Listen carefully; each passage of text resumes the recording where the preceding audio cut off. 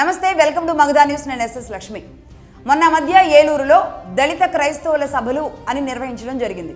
అందులో పెద్దగా ఎవరి గురించి ఎవరు మాట్లాడడం లేదు, కానీ ఒక ఇద్దరు వ్యక్తుల గురించి ఎక్కువగా మాట్లాడుతున్నారు.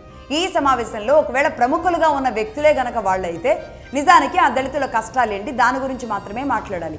కానీ ఇది పూర్తి భిన్నంగా ఆంధ్రప్రదేశ్ ప్రభుత్వానికి వ్యతిరేకంగా, ఒక మతానికి వ్యతిరేకంగా దుర్మార్గమైన దాడి చేశారు.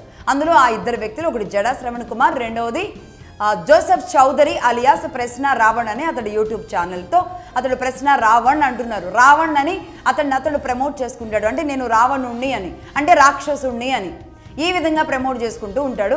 ఈ విధంగా వీళ్ళిద్దరూ నిజంగానే అదే రాక్షసత్వాన్ని ప్రదర్శించారు. అందులో అదే రాష్ట్రంలో ఉండి ఆ రాష్ట్ర ముఖ్యమంత్రిని, డిప్యూటీ సీఎంని ఇద్దరిని కూడా పచ్చి బూతులు, అనగూడని అనరాని దౌర్భాగ్యమైన మాటలన్నీ మాట్లాడారు. ఈ విధంగా ఇదే ప్రశ్న రావణ్కి సంబంధించి గతంలో అనేక విషయాల్లో ఎన్నో ఇష్యూస్ ఉన్నాయి. కానీ ఎప్పుడైతే ఇంత దారుణంగా తిట్టారో దీంతో ఇటు జనసేన అటు టీడీపీ ఇద్దరు కూడా సీరియస్ అయ్యారు. మొత్తానికి తను అరెస్ట్ చేయాల్సిందే అన్నారు. ఆ తర్వాత అరెస్ట్ చేశారు. అరెస్ట్ అవ్వగానే మళ్ళీ బెయిల్ వచ్చింది. బెయిల్ వచ్చి మళ్ళీ ఇంటికి వెళ్లే లోపుగానే ఒక రకంగా ఇతడికి మళ్ళీ ఇంకొక కేసులో పిఠాపురంకు తీసుకెళ్లారు. ప్రస్తుతానికి మచిలీపట్నం ఇనుకుదురు ఏరియాలో ఆ పోలీస్ స్టేషన్ దగ్గర ఉన్నారు. ఇవాళ ఆ పోలీస్ స్టేషన్ దగ్గరికి ఇతన్ని తీసుకెళ్లిన సందర్భంలో మొత్తం జన సైనికులు కూడా అతన్ని మాకు అప్పగించండి, మేము చూసుకుంటామనేసి అందరిలో ఉన్నాయి. ఇతడేదో యూట్యూబ్ ఛానల్ పెట్టుకొని తాను హేతువాదునిగా తనకు తాను ప్రమోట్ చేసుకొని ఏదో నడిపించుకుంటూ ఉన్నాడు. ఇన్నాళ్ల పాటు ఎవరిని తిట్టాడు, ఎందుకు తిడుతున్నాడు, అసలు అతడు ఎవరు, అతడి స్వేచ్ఛర్ ఏంటి, ఎవరిని తిడితే మాత్రం ఎవరు పట్టించుకోవాలి, ఎవరు పెద్దగా పట్టించుకోలేదు. అతన్ని ఫాలో అయ్యేవాళ్ళు ఎవరైనా ఫాలో అవుతూ ఉండవచ్చు. సరే, అక్కడి వరకు ఉంది.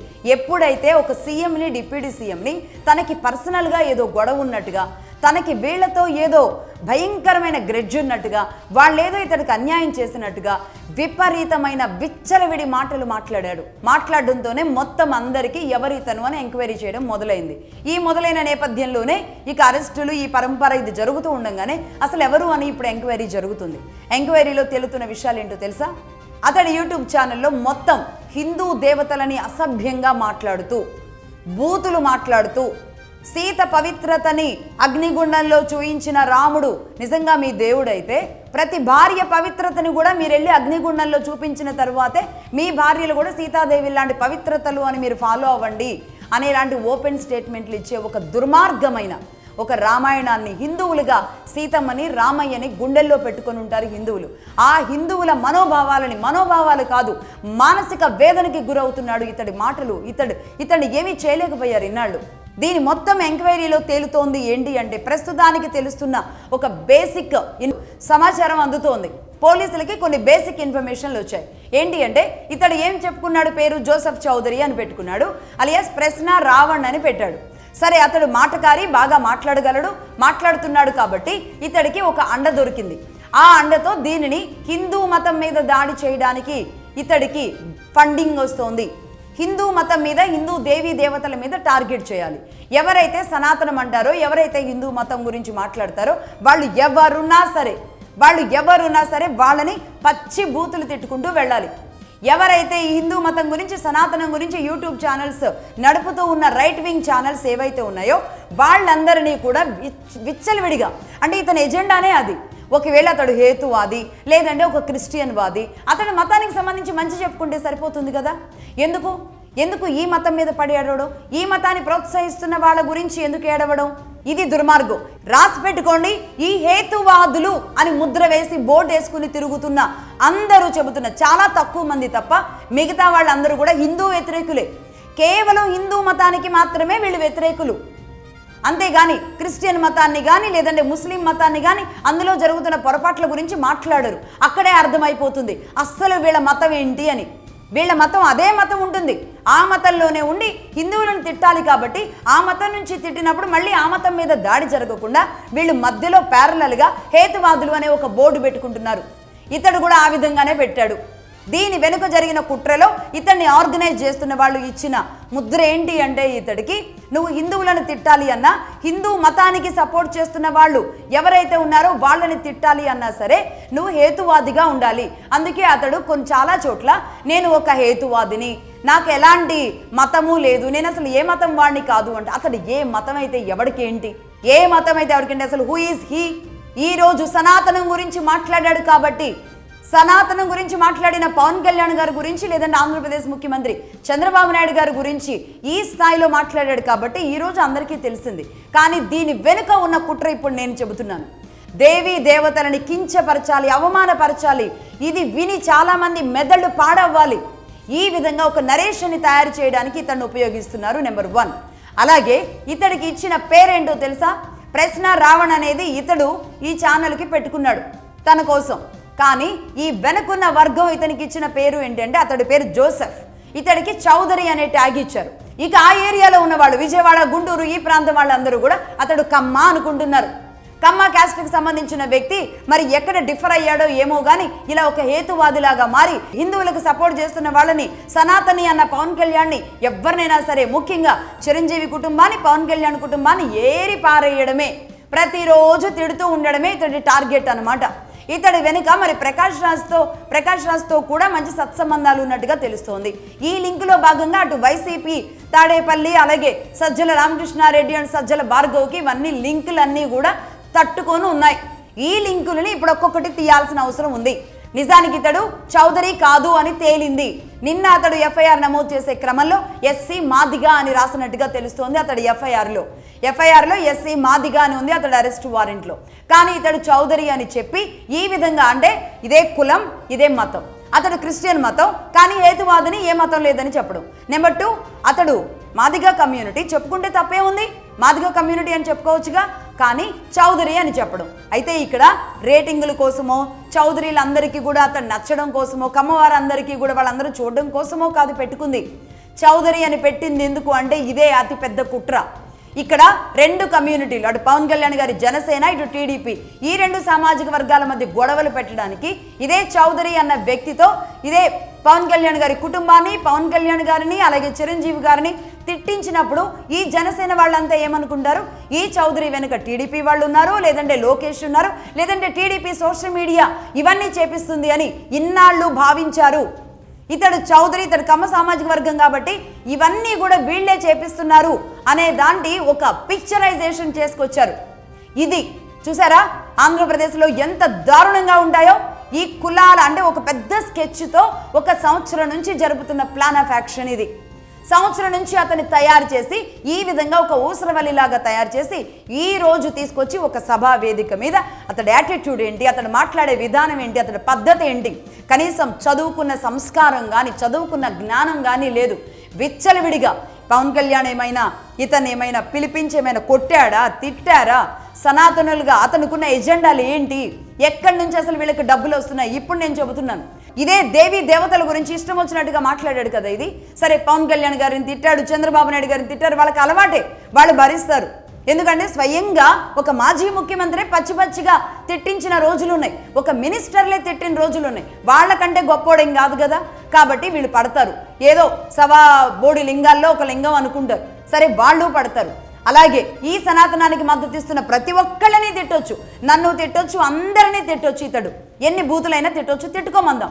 కానీ దేవీ దేవతలను ఇష్టం వచ్చినట్టుగా తిడుతున్న ఇతన్ని ఏం చేయాలి చెప్పండి మీరే.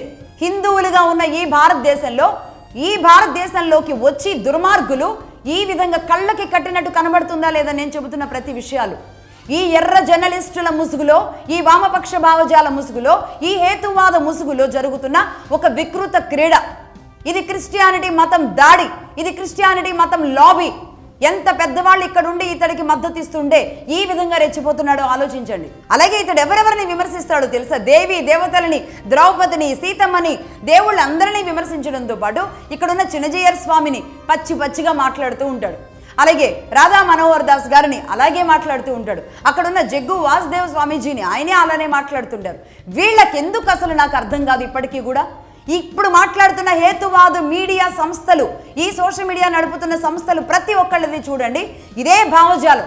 వీళ్ళు ఎప్పుడు దేవీ దేవతల మీద పడి ఏడవడం, సనాతనాన్ని తిట్టడం ఇదే పని. ఇప్పుడు మగధా న్యూస్ మొదలుపెట్టి వీళ్ళ లెక్కలన్నీ కక్కిస్తుంటే, ప్రతి అంశాన్ని కూడా వీళ్ళ విషయాలన్నీ బయట పెడుతుంటే ఇప్పుడు ఊపిరి ఆడట్లేదు వీళ్ళకి. మొత్తం చూడండి ఈ హేతువాదులం, మేము వామపక్ష జర్నలిస్టులు మొన్న మధ్య రౌండ్ టేబుల్ సమావేశం పెట్టిన వాళ్ళ దగ్గర నుంచి వాళ్ళు నడిపే యూట్యూబ్లు, వాళ్ళు ఎనలిస్టులుగా కూర్చొని చెప్పే ఈ సింగారాలు ఏవైతే ఉన్నాయో మొత్తం కూడా మొత్తం అన్నిటి మీద కూడా హిందూ మతం మీద ద్వేషం, హిందూ మతం మీద విషం, ఎప్పుడు కూడా ప్రజల్లో హిందూ మతం మీద ఒక వ్యతిరేకత కల్పించడానికి వీళ్ళు ఇన్నేళ్ల పాటు ఆడుతున్న ఆట, ఇన్నేళ్ల పాటు ఆడుతున్న ఆట. వీళ్ళ దరిద్ర భావజాల విషాన్ని కక్కిస్తుంటే ఇప్పుడు వీళ్ళకి ఊపిరి సలపట్లేదు. ఊపిరి సలపక ఇక రకరకాలుగా రౌండ్ టేబుల్ పెట్టుకొని ఒకరికొకరు మద్దతు ఇచ్చుకున్నట్టుగా మాట్లాడుకొని ఇక ఆ విధంగా ఏదో సభలు పెట్టేసుకుని వీళ్ళు ఆ సభల్లో అసలు సభలో ఏదో మాట్లాడాల్సిన అవసరం ఏంటి? అక్కడ ఉన్న వాళ్ళు నిజంగానే దళిత క్రైస్తవులే సభ పెట్టుకున్నారు అనుకోండి, నిజానికి అసలు పర్మిషన్ ఇవ్వకూడదు. ఇది ఆంధ్రప్రదేశ్లో ఇది పర్మిషన్ ఇవ్వకూడదు.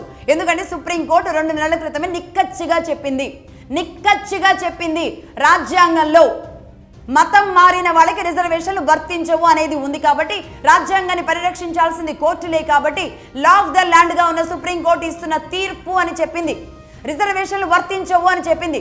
సుప్రీంకోర్టు ఇలాంటి ఒక నిర్ణయం ప్రకటించిన తరువాత కూడా ఇంకొక వైపు ఎస్ఐఆర్ నడుస్తుంది అన్నప్పుడు, అలాగే యూనిఫామ్ సివిల్ కోడ్ విషయంలో ఒక నిర్ణయం తీసుకోవడానికి కేంద్ర ప్రభుత్వం అడుగులు వేస్తున్న సమయంలో ఏ రాష్ట్రంలో లేనట్టుగా అటు వెస్ట్ బెంగాల్లో ఒకవేళ మమతా ఉంటే ఈ విధంగా జరుగుండేదేమో, కనీసం తమిళనాడులో కూడా జరగట్లేదు, కేరళలో కూడా ఇలాంటివి జరగలేదు. కేవలం ఆంధ్రప్రదేశ్లోనే అసలు ఈ సభకి ఎవరు పర్మిషన్ ఇచ్చారు?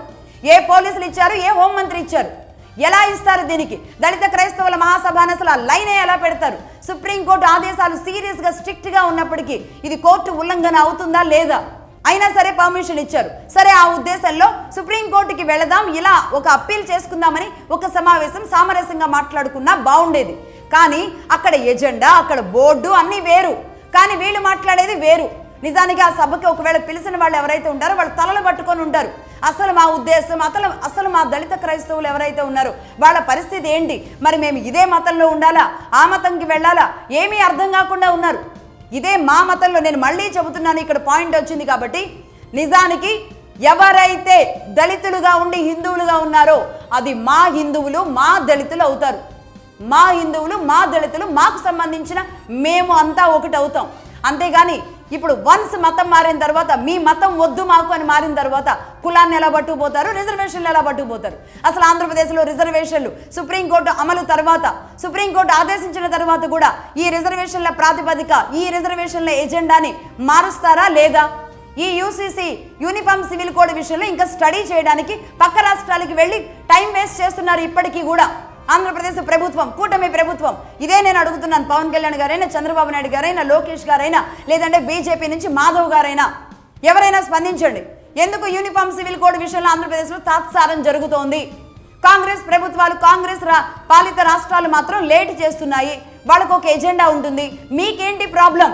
దాదాపుగా 2-3 నెలలు అవ్వస్తున్నా సరే ఎందుకు ఈ రిజర్వేషన్ విషయంలో ఇంకా ఎందుకు ప్రభుత్వ ఖజానాన్ని తీసుకువెళ్ళి వాళ్ళకి ఎందుకు ఇస్తున్నారు? రిజర్వేషన్ల విషయంలో మార్పు జరగాలి. ఎట్టి పరిస్థితుల్లో కూడా ఈ మతం మారిన వాళ్ళు ఎవరైతే ఉంటారో వాళ్ళకి రిజర్వేషన్ వర్తించకూడదు. ఇది సుప్రీంకోర్టు చెప్పింది. రాజ్యాంగంలో లేదు. రాజ్యాంగంలో లేనిది ఏం చేయాలి? ఎట్టి పరిస్థితుల్లో కూడా దీని ముందుకు వెళ్ళనీయకూడదు. ఇది నేను చెబుతున్నాను. ఈ సభాముఖంగా ఇక్కడ ఉన్న వీళ్ళిద్దరూ ఇలా దుర్మార్గంగా చేసిన దాడి ఉంది కదా, ఈ దాడి విషయంలోకి మళ్ళీ వస్తున్నా. ఇదే జడా శ్రవణ్ కుమార్ గురించి కూడా మాట్లాడతాను నేను. ఆయన ఒకప్పుడు చాలా పద్ధతిగా ఉండే మనిషి, చాలా గౌరవంగా మాట్లాడేవాళ్ళు, నాకు కూడా పరిచయం, ఆయన బాగా మాట్లాడేవాళ్ళు. అలాంటి ఆయన ఆ రోజుల్లో ఒక వైసీపీ ప్రభుత్వాన్ని వ్యతిరేకించే వ్యక్తిగా ఉన్నప్పుడు ఎంత పద్ధతిగా ఒక జడ్జి లాగా ఎంత గైడ్ లైన్స్లో మాట్లాడేవాళ్ళు. ఈ రోజు ఏమైంది? ఇదే జడా శ్రవణ్ కుమార్ గారికి ఏం మాట్లాడుతున్నారు అంటే, ఎవరు స్క్రిప్ట్లు ఇస్తే మాట్లాడుతున్నారు, లేదంటే మీలో అసలు స్వరూపం అదేనా? ఎందుకు అంత విషయం చిమ్మాల్సినంత అవసరం ఎందుకు? ఇలాంటి బూతులు రావాల్సిన అవసరం ఎందుకు? ఇంకా ఎన్నాళ్ళు ఇలా మాట్లాడుతూ ఉంటారు? ఒక జడ్జిగా ఉన్నప్పుడు ఆ హోదా దాకా వెళ్ళిన వ్యక్తిగా, ఒక దళిత బిడ్డగా ఉండి ఆ హోదా దాకా వెళ్ళడం అంటే మామూలు విషయం కాదు. సరే, మీరు మాజీయే అవ్వచ్చు, అయినప్పటికీ కూడా ఆ పోస్ట్ వరకు వెళ్ళినప్పుడు మనం చదువుకున్న చదువు మనల్ని ఏదో ఒక పాయింట్లో గుర్తు చేస్తూ ఉంటుంది, ఆ మాటని కంట్రోల్ చేస్తూ ఉంటుంది. కానీ అది కూడా జరగలేదు అంటే కనుక మీరు చదివిన చదువులు ఎందుకు? అది కూడా చదివిన ఉన్నత న్యాయస్థానాల చదువులు మీరు చదివింది, న్యాయస్థానాల్లో ఉన్నతమైన జడ్జి లాంటి పోస్టులకి మీరు చదివింది, ఇలాంటి బూతులా మాట్లాడేది. అలాగే ఈ రావణ్, ఈ ప్రశ్న రావణ్ అనో జోసెఫ్ చౌదరి అనో కావాలని ఇతడికి ఒక కులం కార్డు, ఇతడికి అసలు ఏ మతం లేదనే కార్డు సృష్టించినది ఎవరు? అసలు దీని వెనుక, ఇతడి భావజాలం వెనుక ఇతడికి సపోర్ట్ చేస్తున్న వాళ్ళు ఎవరు? ఇప్పుడు పోలీసులు ఇన్వెస్టిగేషన్ జరపాలి. ఇప్పుడు ఆ పోలీస్ స్టేషన్ దగ్గర జన సైనికులు వీళ్ళందరూ వెళ్ళి ఏమంటున్నారు? హిందువులందరూ ఏమంటున్నారు? అతన్ని మాకు అప్పగించండి, మేము చూసుకుంటామని పోలీస్ స్టేషన్ దగ్గర కూర్చున్నారు. రేపు ఒకవేళ రావణ్కి ఏమైనా జరిగిందే అనుకోండి, ఏమంటారు? ఇదే జన సైనికులు చేశారనో, లేదంటే ఆంధ్ర ప్రజలు చేశారనో, లేదంటే పోలీసులే చేశారనో, లేదు అంటే కనుక ఇంకెవరో వచ్చి ఏదో చేశారు అంటారు. అవునా కాదా? కాబట్టి నేను స్ట్రైట్గా చెబుతున్నాను ఆంధ్రప్రదేశ్ పోలీసులకి, ప్రస్తుతానికి ఈ జోసెఫ్కి రక్షణ ఉందా? జోసెఫ్కి ప్రాణరక్షణ ఉందా? కాబట్టి ఖచ్చితంగా అతన్ని పోలీస్ స్టేషన్లోనే జాగ్రత్తగా ఉంచాల్సిన అవసరం ఉంది. ఎట్ ద సేమ్ టైం ఇది ఒక చిన్న పాము అని పక్కన పెడితే ఇప్పటి వరకు ఇలా నిర్లక్ష్యం చేసుకుంటూ రావడం వల్లే ఈ రోజు ఇలా తయారైంది, ఒక వెస్ట్ బెంగాల్ లాగా తయారైంది. వెస్ట్ బెంగాల్లో కూడా ఇలాంటి దుర్మార్గులు దౌర్జన్యాలు చేస్తూ విచ్చలవిడిగా వెళుతుంటే వీళ్ళని కంట్రోల్ చేయలేకపోయారు. 5 ఏళ్ల పాటు ఇదే జరిగింది అని మాట్లాడిన మీరంతా ఈ రోజు అధికారంలోకి వచ్చిన తర్వాత ఎందుకు ఒక్కొక్కరిని ఏరి పారేయట్లేదు? వీళ్ళందరినీ తీయండి. వీళ్ళ మూలాలు ఎక్కడున్నాయి? వీళ్ళ లింకులన్నీ ఎక్కడికి వెళుతున్నాయి? ఏం ఆశించి వీళ్ళు చేస్తున్నారు? డబ్బు ఆశించి చేస్తున్నారా? కాదు, ఇంకా అంతకు మించి దేశద్రోహం చేయడానికి ఇంకేమైనా కుట్రలు జరుగుతున్నాయా? వీళ్ళు దేశ వ్యతిరేక శక్తులుగా ఇంకెవరికైనా దేశం బయట ఉన్న వాళ్ళకి వీళ్ళకి లింక్స్ ఉన్నాయా? ఎందుకు మా దేశంలోని, మా అందరి దేశంలోని మా దేవతలు, మా సంస్కృతి, మా సాంప్రదాయం, మా సనాతనం గురించి ఎందుకు మాట్లాడుతున్నారు వీళ్ళు? ఎందుకు మాట్లాడుతున్నారు? ఇది కేవలం మాటల వరకే కాదు, దీని వెనుక చాలా పెద్ద కుట్ర ఉన్నట్టే తెలుస్తోంది. లేకపోతే ఇతడు పేరు మార్చుకోవడం ఏంటి? అది కూడా చౌదరి అని పెట్టుకోవడం ఏంటి? సరే, కేవలం టీడీపీ జనసేన వాళ్ళు కొట్టుకోవడానికి మాత్రమే చౌదరి అని పెట్టారా? లేదు అంటే ఇంకా దానికి మించి ఇంకేమైనా జరపడానికి, ఇదంతా కూడా ఇతడు ఏదైనా చేసిన రోజు అతడు కమ్మ కాబట్టి చేశాడు అని చెప్పి ఆ సామాజిక వర్గాన్ని నాశనం చేయడానికి ఇతడికి చౌదరి అనే ట్యాగ్ ఇచ్చారా? ఎందుకు పెట్టారు? అలాగే ఇతడు ఏ మతం కాదు అని ఎందుకు చెప్పుకుంటున్నాడు? అలాగే క్రైస్తవ సభల దగ్గరికి ఎలా వెళ్ళాడు ఏ మతం కానివాడు? జోసెఫ్ అనేది అతడు మతంలో ఆ పేరులోనే కనబడుతుంది కదా మతం.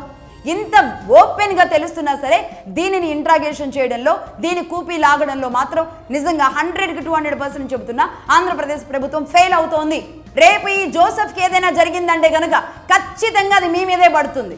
ఎవరో వాళ్లే చేసి కూడా మీ మీద వేసినా సరే ఆశ్చర్యం పోనవసరం లేదు. ఎందుకంటే మీకు తెలియందా? గొడ్డల పొట్టులు, కత్తి పొట్లు, గులకరాళ్ళు మీకు తెలియందా? ఇవన్నీ తెలిసిన వాళ్ళు కూడా ఇంకా నిర్లక్ష్యంగా ఉండడమే దౌర్భాగ్యం. ఈ రోజు లా అండ్ ఆర్డర్ విషయంలో కానీ, హోమ్ మినిస్ట్రీ విషయంలో కానీ నేను మళ్ళీ చెబుతున్నా, నిర్లక్ష్యం జరుగుతోంది హోంశాఖ దగ్గర. ఎందుకో సీరియస్గా ముందుకు వెళ్ళడం లేదు? పైనుంచి ఆదేశాలు రావడం లేదా? లేదంటే అనిత గారి దగ్గరే స్లో అవుతోందా? ఏం జరుగుతోంది హోంశాఖలో? ఇంత వెనుక ఇన్ని కుట్రలు జరుగుతుంటే వీటిని తీసుకొచ్చి బయట పెట్టాల్సిన అవసరం ఉందా లేదా? ఎందుకంటే అప్పుడు గతంలో కూడా ప్రతి హత్య కూడా మీ మీదే కదా పడింది. మీ 2014 నుంచి 19 వరకు జరిగిన ప్రతి ఇన్సిడెంట్ ఆ పాపానికి మీరే కారణం అన్నట్టుగా గొడ్డలి మీ చేతుల్లో పెట్టారు కదా, కొడవళ్ళు, కత్తులు మీ చేతుల్లో పెట్టారు. ఇప్పటికైనా సరే ఇంత జరిగినా సరే చీమ కుట్టినట్టు కూడా అనిపించకపోవడమే దుర్మార్గం. ఈ రోజు రావణ్ రూపంలో వచ్చాడు. రావణ్ ప్రాణాలని కాపాడాల్సిన అవసరం ఏపీ ప్రభుత్వానికి ఉంది. ఈ జోసెఫ్ ప్రాణాలు కాపాడాల్సిన అవసరం ఏపీ ప్రభుత్వానికి ఉంది. లేదు అంటే ఎవరో అతడి ప్రాణాలు తీసైనా సరే మీ మీద వేస్తారు. కాబట్టి జాగ్రత్తగా ఉండాల్సిన అవసరం ఉంది. ఖచ్చితంగా ఇలాంటి డౌట్లు ప్రతి సమాజంలో ఉన్న ప్రతి ఒక్కరికి అర్థమవుతున్నాయి. మరి రాష్ట్ర ప్రభుత్వానికి అర్థమవుతున్నాయో లేదో తెలియట్లేదు. ఈ రావణ్ మాట్లాడిన బూతులు, దేవీ దేవతలని అసహ్యంగా మాట్లాడిన బూతులు ఏవైతే ఉన్నాయో ఆ లింకులు, వీడియోలు అన్నీ సోషల్ మీడియాలో ఉన్నాయి. అవన్నీ ఇచ్చి ప్రతి పోలీస్ స్టేషన్లో ఎక్కడుంటే అక్కడ అతని మీద కంప్లైంట్స్ ఇవ్వండి.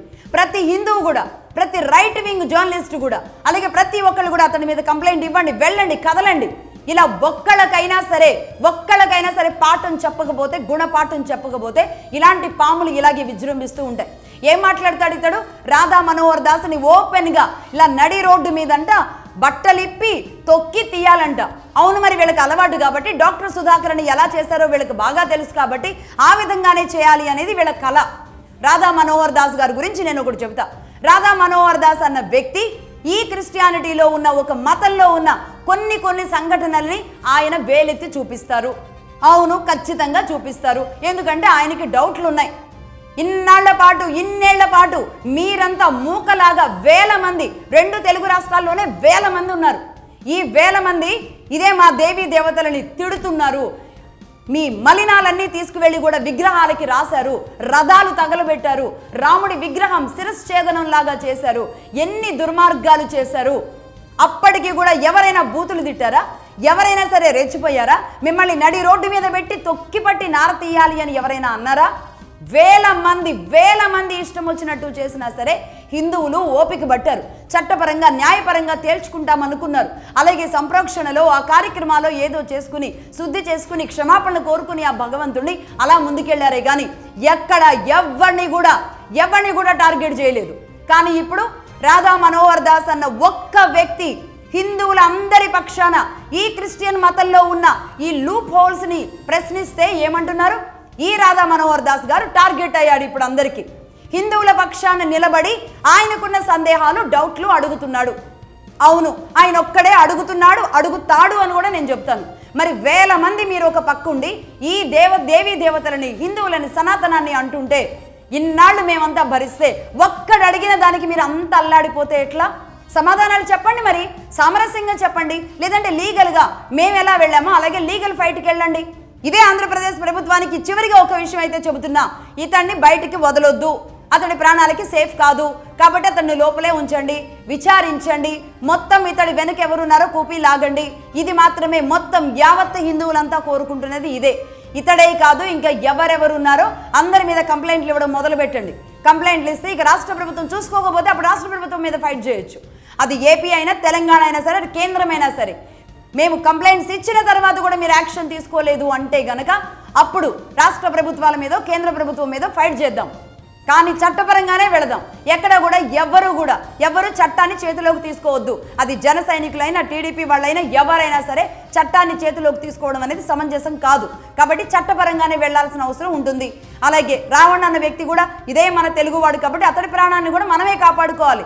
మేబీ ఎవరి కుట్రలో ఆయన పావు అయితే గనక అలా కుట్రలో నుంచి బయటకు తీసుకురావాలి. కాబట్టి ఇతడి వెనుక ఏం నడుస్తుంది అనేది బయటకు తీయమని మాత్రమే రిక్వెస్ట్ చేస్తున్నాం. అది బయటకు తీసిన తర్వాత ప్రజల ముందు పెట్టండి. అతడు ఏంటి, ఇతడు వెనుక కేవలం డబ్బు కోసమే చేస్తున్నాడా, హైలైట్ అవడం కోసం చేస్తున్నాడా, లేదంటే రాజకీయ నాయకుడిగా ఏమైనా పదవుల్లోకి వెళ్ళడానికి చేస్తున్నాడా? మొత్తం విచారించండి, అతన్ని మొత్తం విచారించండి. అలాగే నేను మళ్ళీ ఫైనల్గా ఒకటి రిక్వెస్ట్ చేస్తున్నా, హిందువులు అనే వాళ్ళందరూ కూడా ఎంత వీలైతే అంతవరకు అటు జనసేన ఆఫీస్ దగ్గర కంప్లైంట్ ఇస్తారా, లేదంటే మీ పోలీస్ స్టేషన్లో కంప్లైంట్ ఇస్తారా? ఇలాంటి వాళ్ళు ఎవరెవరు ఉన్నారో ఐడెంటిఫై చేసి ఇదే హిందూ మతం మీద విషయం కక్కుతున్న, భారతదేశం మీద విషయం కక్కుతున్న వాళ్ళని ఐడెంటిఫై చేసి అందరి విషయంలో కూడా ఆ స్టేషన్లో కంప్లైంట్ ఇవ్వండి. ఎవరు చట్టాన్ని చేతిలోకి తీసుకోవద్దు, సరైన మార్గంలోనే వెళదాం. ఎందుకంటే సనాతనంలోనే సహనం ఉంది కాబట్టి. ఎందుకంటే ఇంతకంటే రాక్షసులనే మనం యుద్ధాలు చేసి వచ్చాం. మరి ఇతడు ఏ రూపంలో ఉన్న రాక్షసుడు ఎక్కడో ఎలిక్కి పిలుగ్గా పుట్టాడో, మరి రావణ్ అని పేరు పెట్టుకున్నాడు అంటే ఏదో మూలాలు అక్కడి నుంచి ఉండుంటాయి. మరి ఇలాంటి రావణుణ్ణి మనం దసరాకే రావణ దహనం చేస్తాం. మరి ఆ పేరు పెట్టుకుని వచ్చిన వాడి మైండ్లో ఉన్న చెడు బుద్ధిని దహనం చేద్దాం. Right, that's all for now.